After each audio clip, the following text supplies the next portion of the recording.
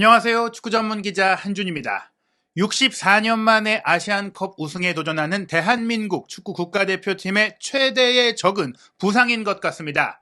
대회 개막 전부터 울버햄튼 공격수 황희찬 선수 그리고 전북 현대의 레프트백 김진수 선수가 부상자 명단에 오른 가운데 부동의 넘버원 주전 골키퍼 김승규 선수가 훈련 중에 입은 십자 인대 파열 부상으로 이탈했습니다. 수술대에 올라야 할 정도로 심각한 부상으로 이번 대회 잔여 일정을 모두 소화할 수 없게 되었는데요. 이와 더불어서 천재 미드필더 이강인 선수까지도 훈련 중에 발목 통증을 겪었다라는 걱정스러운 소식이 전해졌습니다.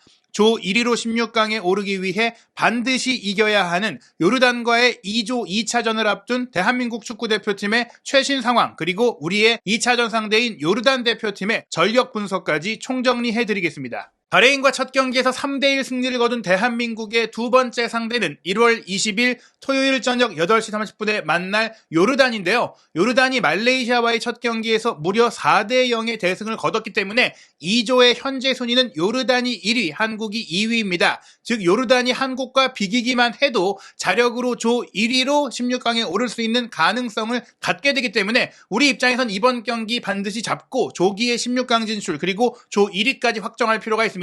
만약에 우리가 2위로 16강에 올라갈 경우에는 D조의 1위가 될 것이 유력한 일본과 조기 맞대결이 가능할 수도 있는데요. 물론 우승을 위해서 반드시 일본도 넘어야 할 상대이긴 하지만 일찌감치 만나는 건 부담스러울 수밖에 없습니다. 이번 요르단과의 경기는 분명히 조별리그 일정 중에 최대 분수령이라고 할 수 있는데요. 지금까지 열린 경기 중에 주목할 만한 소식도 하나 전해드리겠습니다. 한국 대표팀을 이끌었던 파울루 벤투 감독 체제의 아랍에미리트가 팔레스타인과의 2차전에 깜짝 무승부, 약간은 실망스러운 무승부를 거뒀는데요. 경기 기록을 살펴보면 사실 더 주도적인 경기를 펼쳤고 선제골을 기록하면서 앞서갔었어요. 그런데 페널티킥을 내주는 상황도 있었고 퇴장 선수도 발생한 이런 상황들이 생겼고 그러한 과정 속에 주심의 판정에 항의하던 파울루 벤투 감독이 아시안컵 대회 역사상 감독으로는 최초의 퇴장을 당하는 불명예스러운 상황까지 겪게 됐습니다. 워낙에 이날 경기에 판정에 논란이 많았기 때문에 벤투 감독이 지난 2022 카타르 월드컵 때 한국 대표팀의 포르투갈과의 경기 당시에 퇴장당했던 것에 이어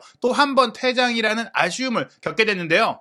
지난 2022 카타르 월드컵 당시 이제 감독의 경기 중 경고와 퇴장이 적용됐던 첫 번째 월드컵에서 가나와 2차전 사실은 추가 시간도 제대로 주지 않고 끝냈던 그 시점에 벤투 감독이 심판에게 강하게 항의하다가 퇴장을 당했고 그로 인해 조국 포르투갈과의 대결에 벤치에 앉지 못했던 일이 있었는데 이번 아시안컵에서도 벤투 감독은 일단 아주 중요한 16강 진출을 확정할 수 있는 3차전 경기에 뛸 수 없게 된 상황입니다. 한편 개최국 카타르에 이어 호주도 가볍게 2연승을 거두면서 16강 진출을 확정했는데요. 인도와 첫 경기 2대0 승리에 이어 시리아와의 두 번째 경기는 치열한 경합 끝에 1대0 승리를 거뒀죠. 양팀 모두 유효승이 하나밖에 없었을 정도로 호주가 볼 점유율은 많이 가져갔지만 이번 대회 지난 월드컵 16강 진출팀답지 않게 굉장히 고전을 했지만 그래도 16강 진출에 성공을 했고요. 첫 경기에서 시리아와 비겼던 우즈베키스탄은 대회 최약체 중에 하나로 꼽히는 인도와의 경기 3대0 승리를 거두면서 역시나 16강 진출에 유리한 상황이 됐습니다. 호주가 2승으로 승점 6점, 우즈베키스탄이 1승 1무로 승점 4점인데 시리아가 이제 마지막 경기에서 승리할 경우 또 우즈베키스탄이 마지막 호주와의 경기에서 패배할 경우에는 시리아도 16강에 올 수 있고 또 조 3위까지도 16강에 갈 수 있는 와일드카드 제도가 있기 때문에 아직 인도를 제외하면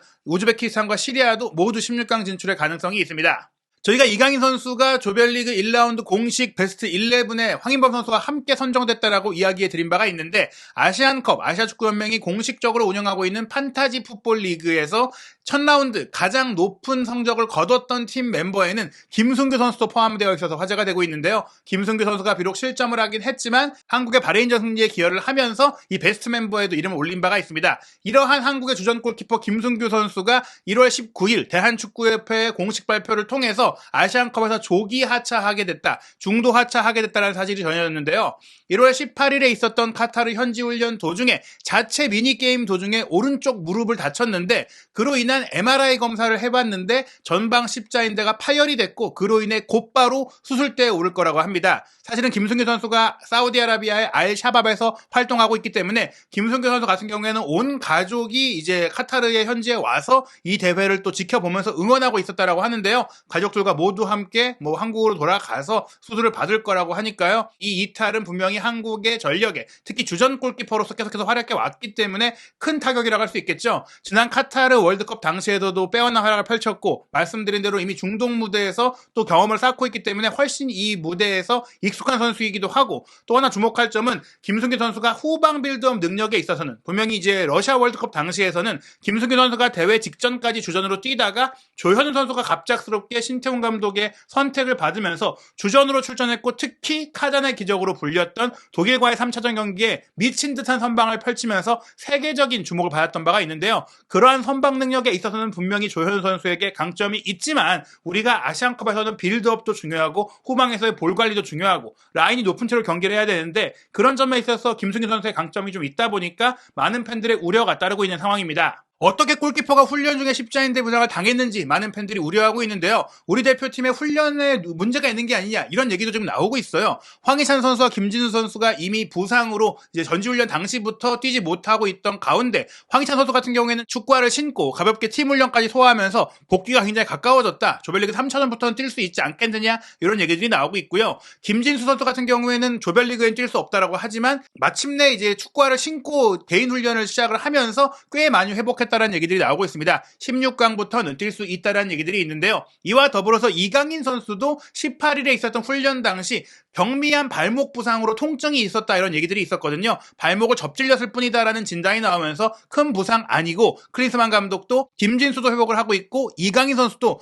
통증이 전날은 있었지만 지금은 괜찮다라고 하면서 전체 훈련을 무난히 소화했기 때문에 부상 우려에도 요르단과의 경기 출전에는 문제가 없는 컨디션이라고 밝혔습니다. 다만 바레인과의 첫 경기 교체 투입돼서 좋은 플레이를 펼쳤던 김태환 선수, 지난 시즌 울산의 K리그 우승 멤버이지만 계약 만료와 함께 올 시즌 2024 시즌에는 전북 현대로 이적하게 됐는데, 이 선수 역시 종아리에 약간의 불편함이 있었다고 하면서 전체 훈련을 소화하지 못했다라는 소식이 전해졌기 때문에 많은 팬들이 최근에 레프트백 이기재 선수의 플레이가 좀 아쉬운 면들이 있다 보니까 서령우 선수를 오히려 왼쪽 풀백으로 두고 김태환 선수를 오른쪽 풀백으로 두는 게 어떻겠냐라는 생각들을 또 많이 하셨고, 그럴 가능성도 제기가 됐는데, 최소한 이번 요르단과의 경기는 김태환 선수의 종아리에 살짝의 무리가 있기 때문에 그대로 이기재, 서령우 선수를 출전할 가능성이 높아 보입니다. 한편 클린스만 감독은 김승규 선수의 부상 이탈에 대해서 너무나 슬프다라고 얘기했는데요. 김승규 선수에 대해서 톱 클래스 골키퍼라고 하면서 우리의 넘버원 골키퍼다, 특히 지난 1년 동안 정말 잘해왔는데 그의 모든 커리어를 통틀어서도 이번에 부상은 굉장히 슬픈 일일 것이다 라고 이야기했습니다.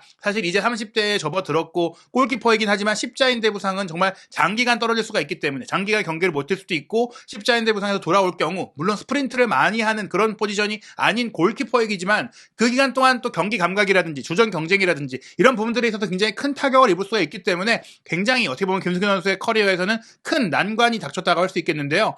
클린스만 감독은 이 역시 축구의 일부라고 하면서 김승규 선수는 강하게 돌아올 것이고 한국에 가서 수술을 받을 것이다. 그리고 조현우 선수 역시 최고의 선수이고 우리의 넘버2가 아니라 조현우 역시 같은 최고의 능력을 갖고 있는 세계적인 골키퍼다라고 평가를 하면서 러시아 월드컵 때 독일전까지도 언급을 하면서 조현우 선수가 잘해줄 거라고 기대를 했습니다. 최근에 이제 훈련 상황에서 부상자가 계속 발생하다 보니까 클린스만 감독이 훈련이 너무 강한 거 아니냐, 이런 팬들의 우려가 있다, 이런 얘기들이 나오자 그에 대해서 훈련 강도에 대해서 우리는 어떤 걱정도 하지 않고 있다. 훈련 강도를 매일 체크하고 휴식을 하는 날도 있다. 일반적인 훈련 강도를 보이고 경기를 하고 있다고 했고요. 바레인과 첫 경기에 무려 5명의 선수가 경고를 받았던 부분들에 대해서 경고 관리는 선수들의 몫이고 옐로 카드의 우려 때문에 100%를 보여주지 못한다면 그것은 선수의 바른 자세라고 볼 수 없다. 최선을 다하다가 경고를 받고 다음 경기를 못 뛰게 되는 상황이 된다면 받아들이면 된다. 그리고 다음 경기 다른 선수들도 준비할 수 있다라고 하면서 이 경고 리스크 크게 신경 쓰지 않는다라고 이야기했습니다. 한편 김승규 선수의 이탈 타격은 분명히 선방 능력에 있어서는 조현우 선수 역시 뛰어나지만 후방 빌드업에 있어서는 걱정되는 부분들이 있는데요. 지난 시즌 울산 현대의 K리그 2연속 우승을 이끌었던 조현우 골키퍼, 분명히 K리그 최고의 골키퍼이고 말씀드린 대로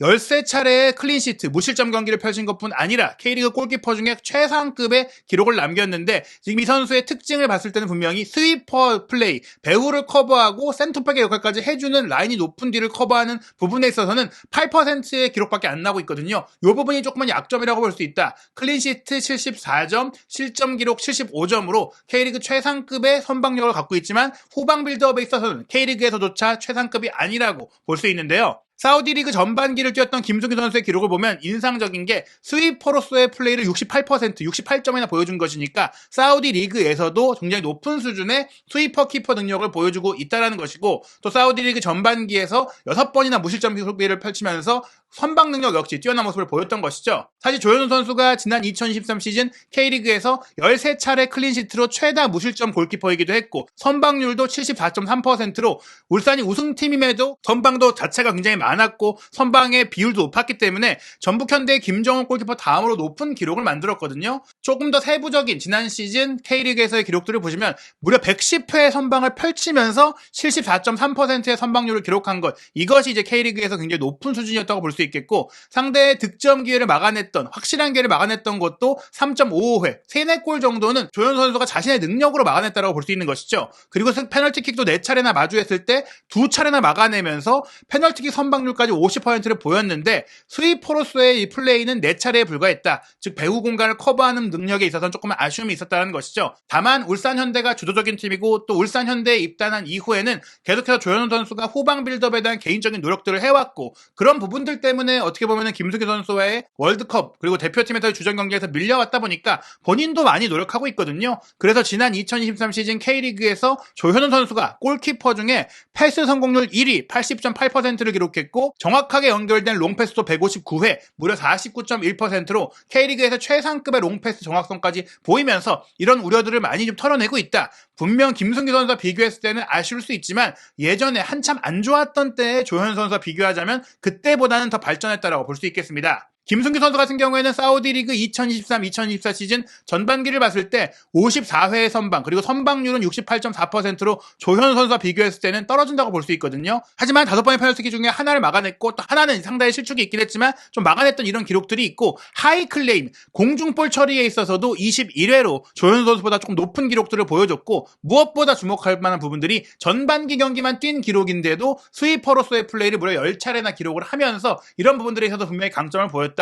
롱패스 연결도 97회로 굉장히 많았어요. 성공률 자체는 오히려 패스 성공률에 있어서 조현우 선수보다 김승규 선수가 낮게 나오고 있는데, 이는 오히려 조금 더 도전적이고 과감한 패스를 김승규 선수가 많이 시도했다고 볼 수 있으니까 후방 빌드업 능력에 있어서는 분명히 김승규 선수가 뛰어나고, 이런 부분들에 있어서 조현우 선수가 이번에 찾아온 이 기회를 어떻게 또 잡을 수 있을지를 주목해봐야 될 것 같고, 무엇보다 이 클린스만 호는 독일 축구의 레전드인 쾌프케 골키퍼 코치가 골키퍼의 지휘를 맡고 있기 때문에 또 쾌프케 코치를 통해서 조현우 선수가 얼마나 또 발전된 모습을 보일까도 주목해보면 좋을 것 같습니다. 한편 대한민국과 요르단의 경기를 좀 살펴보면 역대 5번 우리가 요르단과 만났는데 3승 2무로 패배한 적이 없고요. 또 최근에 3차례의 대결을 모두 이겼죠. 다만 3차례의 승리가 모두 1대0, 1대0, 1대0 한 골차 승리였다. 실점은 없지만 우리가 대량 득점으로 시원하게 크게 이기지는 못했다는 점에 있어서 얕볼 수 없는 상대라고 할 수 있겠는데요. 월드 풋볼 스카우팅 리포트 2023-2024 유럽 5대 리그의 가이드북에서 아시안컵 특별 부록을 소개했었는데요. 이 부록에 속한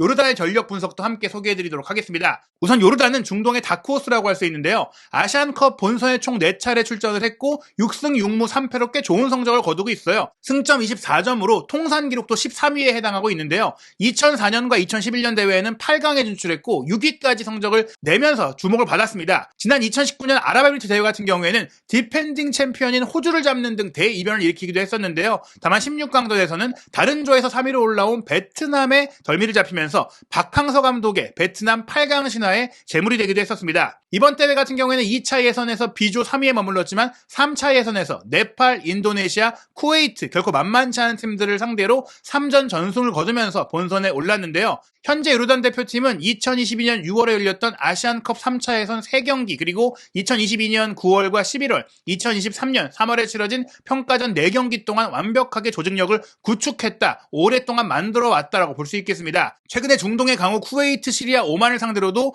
무실점 3연승을 거두기도 했고, 유럽의 강호 스페인과도 카타르 월드컵 직전에 친선 경기를 치르면서 높은 수준의 팀과도 만나봤는데 1대3으로 졌지만 좋은 경기를 펼쳤다는 평가를 받았거든요. 4개의 포메이션을 혼용할 수 있고 점유율 축구도 가능하고 역습 공격도 굉장히 예리하고 압박 라인의 높낮이 저절 등 전술적인 면에 뛰어난 팀으로 평가받고 있는데요. 요르단을 이끌고 있는 후세인 아무타 감독 같은 경우에는 모로코 출신 감독입니다. 모로코에서 이제 위다드 AC를 지도하면서 2017년 아프리카 챔피언스리그 우승도 이끌었고 또 모로코 대표팀 감독을 맡으면서 2020년 아프리카 네이션스 챔피언십 우승까지 이끌면서 아프리카 지역에서 최고의 감독으로 평가를 받았고요. 또 카타르 리그에서 카타르의 명문팀의 알사드를 지휘하기도 했고 서아시아 무대에도 굉장히 정통한 감독이기 때문에 분명히 이 팀이 단단한 모습을 갖고 있을 수 있는데요. 공격적인 면에 있어서는 정교한 빌드업과 다이렉트 플레이를 혼합한 짧은 패스 게임과 롱볼 게임이 모두 가능하고 솔로 플레이가 가능한 기술적인 선수들 그리고 장신 선수들을 활용한 세트 플레이까지 강하기 때문에 결코 만만히 볼 수 없다라고 볼 수 있습니다. 수비 같은 경우에는 지역 분담 수비를 펼치고 있고 또 헌신적인 대인 방어를 하고 있고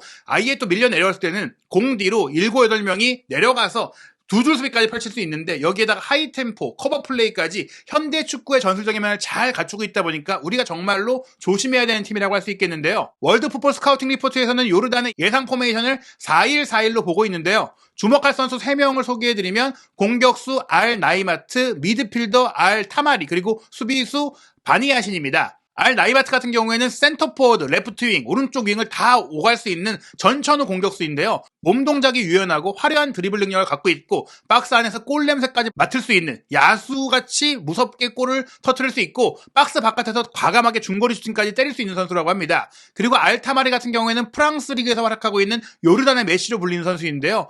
키프러스 리그, 벨기에 리그를 거쳐서 현재 프랑스 리그에서 뛰면서 왼발잡이지만 오른쪽에 배치돼서 안쪽으로 들어오는 플레이, 게다가 이선 전체를 또 누빌 수 있는 속도감과 기술력과 결정력을 다 갖고 있는 현재 요르단 최고의 선수라고 볼 수 있겠습니다. 수비수인 바니아시는 올해 34살이지만 굉장히 노련한 선수이고 축구 지능이 뛰어나고 시야도 넓고 후방 빌드업까지 가능한데 2008년부터 대표팀에서 활약을 했고 무려 3차례나 아시안컵에 참가한 센츄리 클럽 가입 선수라는 점에 있어서 경험, 창의성, 결정력 이런 선수들이 두루 전 포지션에 호진해 있다 이렇게 보시면 될 것 같고요. 무엇보다 요르단은 이번 대회를 앞두고 비록 일본과 평가전에서 1대6으로 크게 지긴 했지만 일본을 상대로 한국전에 대한 좀 내성도 키웠고 개최국 카타르를 상대로도 2대1로 승리하면서 자신감도 얻었고 그런 가운데 말레이시아를 상대로 4대0 대승을 거두면서 사기가 크게 오른 상황입니다. 말씀드린 대로 이번 요르단 대표팀의 면면을 보면 대표팀 경우에 풍부한 선수들이 많습니다. 공격 라인의 알 다르두르 같은 경우에는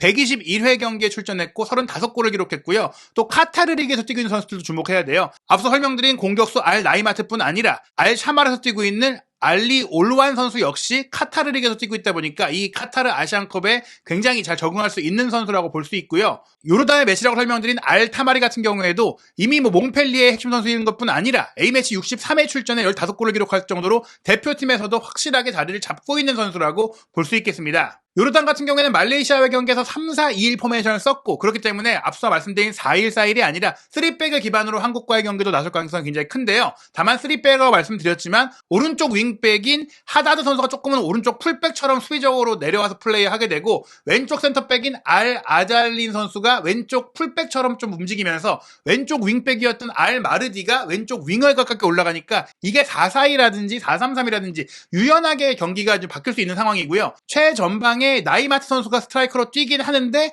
그 뒤에 알리 올완 선수와 타마리 선수도 거의 최전방에서 함께 스위칭 플레이를 많이 하면서 현란한 공격을 펼친다고 볼 수 있겠죠. 말레이시아의 경기에서 주목할 부분들이 알 마르디 왼쪽 윙백의 활약이었는데 알 마르디 선수가 전반 12분에 왼쪽에서 오른발 가마차기 원더골을 터뜨리면서 앞서갈 수 있었고 또 32분 같은 경우도 알 올완의 스루 패스를 받은 알 나이마트의 컷백을 왼쪽 윙백인 알 마르디가 들어와서 태빈을 하면서 3대0을 만들었던 골을 빠르게 터뜨린 바가 있거든요. 후반전에는 알 아와다트 미드필드의 롱패스가 수비 뒷공간을 무너뜨리면서 알 타마리가 엄청난 속도로 딸려 들어가서 이 공을 받고 기가 막힌 로빙 슈팅으로 4대0을 만든 바가 있는데 요르단의 타격은 이 알 마르디 개막전에서 2골을 터뜨린 왼쪽 윙어이자 왼쪽 윙백이 햄스트링 부상을 입으면서 결장하게 된 것입니다. 아주 큰 타격이라고 할 수 있는데요. 알 마르디 같은 경우에는 사실 바레인 리그에서도 뛰었고 말레이시아 리그에서 뛰었고 지금 뭐 다양한 이번에 2조에 속한 팀들과의 경험도 많고 특히 최근에 좋은 득점력을 보이고 있는 선수이기 때문에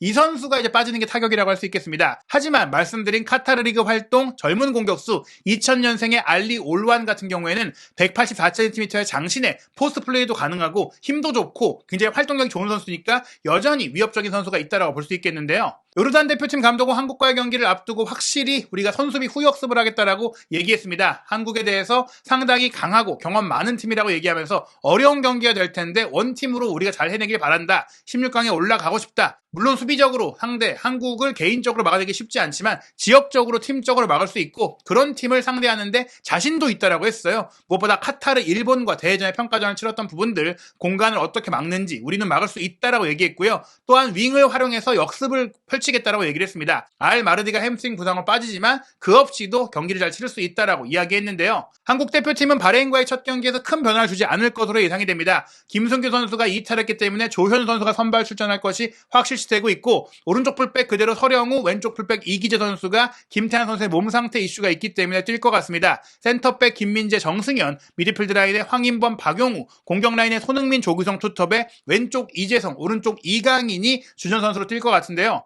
우선 2조에서 요르단이 16강 진출 가능성, 조 1위로 올라갈 가능성이 13.2%, 그리고 진출 가능성 자체가 64%이기 때문에 2조에서 두 번째로 강한 팀으로 꼽히고 있거든요. 그렇기 때문에 우리가 가장 이번 경기가 조별리그의 고비라고 할 수 있겠습니다. 그렇지만 워낙에 객관적인 전력 차이는 크다고 할 수 있겠는데요. 유럽의 주요 16개 스포츠 베팅 업체의 평균 배당률을 보면 요르단의 승리는 무려 10.09배로 10배가 넘습니다. 가능성이 거의 없다라는 것이고요. 무승부도 5.46배, 한국의 승리가 1.27배로 매우 유력시되고 있는데요. 우리가 요르단전도 대량 득점, 화끈한 축구로 빠르게 16강 진출을 확정해놓고 3차전을 조금 편안하게 치르면서 또 말레이시아가 김판고 감독과 함께 좀 16강에 올 수 있는 가능성도 열릴 수 있을지, 아시안컵의 주요 소식, 요르단과의 경기 소식도 한준TV에서 확인하시기 바랍니다.